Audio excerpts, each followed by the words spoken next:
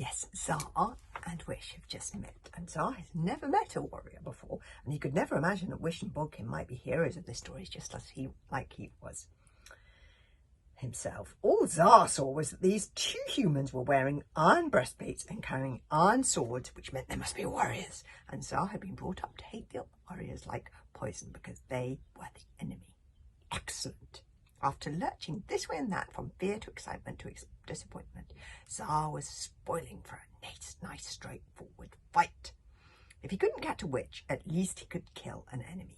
"Warriors!" cried Tsar fiercely, narrowing his gaze, getting a good grip on his saucepan, and he drew a heavy oak staff from his rucksack.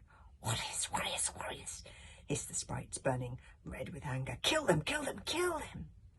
"It's a wizard and its creatures!" cried Bodkin in alarm, pointing at Tsar and leaping protectively in front of Wish. "Oh, isn't that good? He is being a bodyguard, and they look aggressive." They certainly did, and Wish stared around, petrified at the burning sprites, in fire with fury. Flames licking off their long limbs, sparks spitting all over the place, the growling wolves, the bear and the snowcats showing their teeth, and way above them, the gigantic figure of the giant in the background.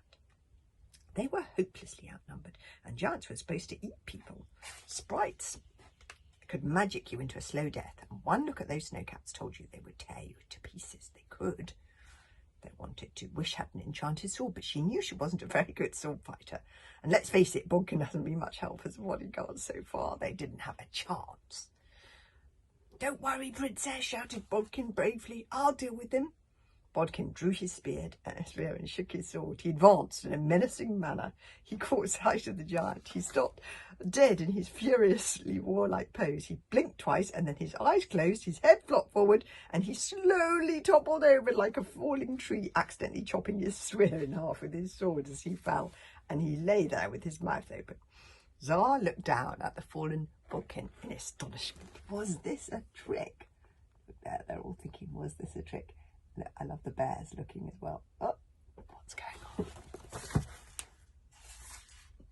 "Snowcats, wolves, cover me!" ordered Tsar. Their fur bristling, the animals circled around Tsar, ready to pounce. "Bear, cover the guy on the ground. He may be faking." The bear put a big bear paw on Bodkin's chest and sat on him. "Sprites, leave this to me. I'll show these wicked warriors that we wizards know how to fight," cried Tsar, and he launched himself at Wish, saucepan in one hand, staff in the other. Wish parried Tsar's thrust with the enchanted sword, and the fight began. Wish found that fighting with an enchanted sword made things a lot easier than fighting with a normal sword. The enchanted sword could anticipate where the next saucepan thrust or plunge from staff was coming from, and threw itself in the way of that thrust, dragging Wish with it. So see, she's being hauled by the sword, but she's sort of fighting on its own.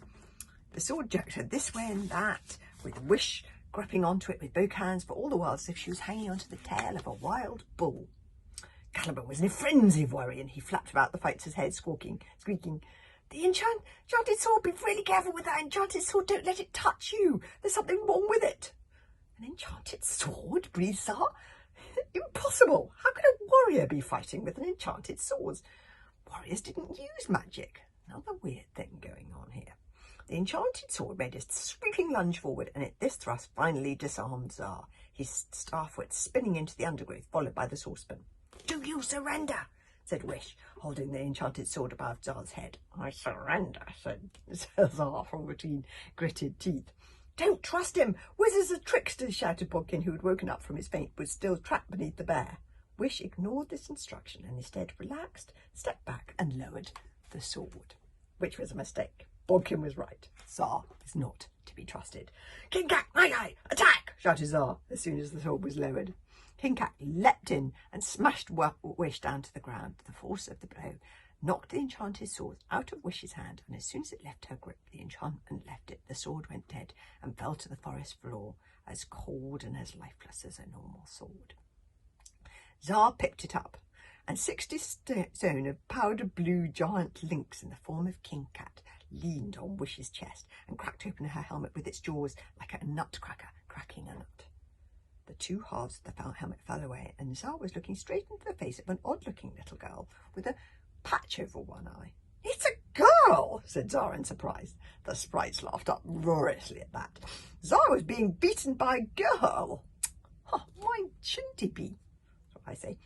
Wish was looking straight into the face of a snarling snowcat and a wizard boy who was holding the enchanted sword over her head in a purposeful fashion. And now, said the wizard boy, do you surrender? Zara is naughty. He was not supposed to have tricked her like that. When the chapter 5, which is have tomorrow, is called When Bad Stars Cross and Worlds Collide.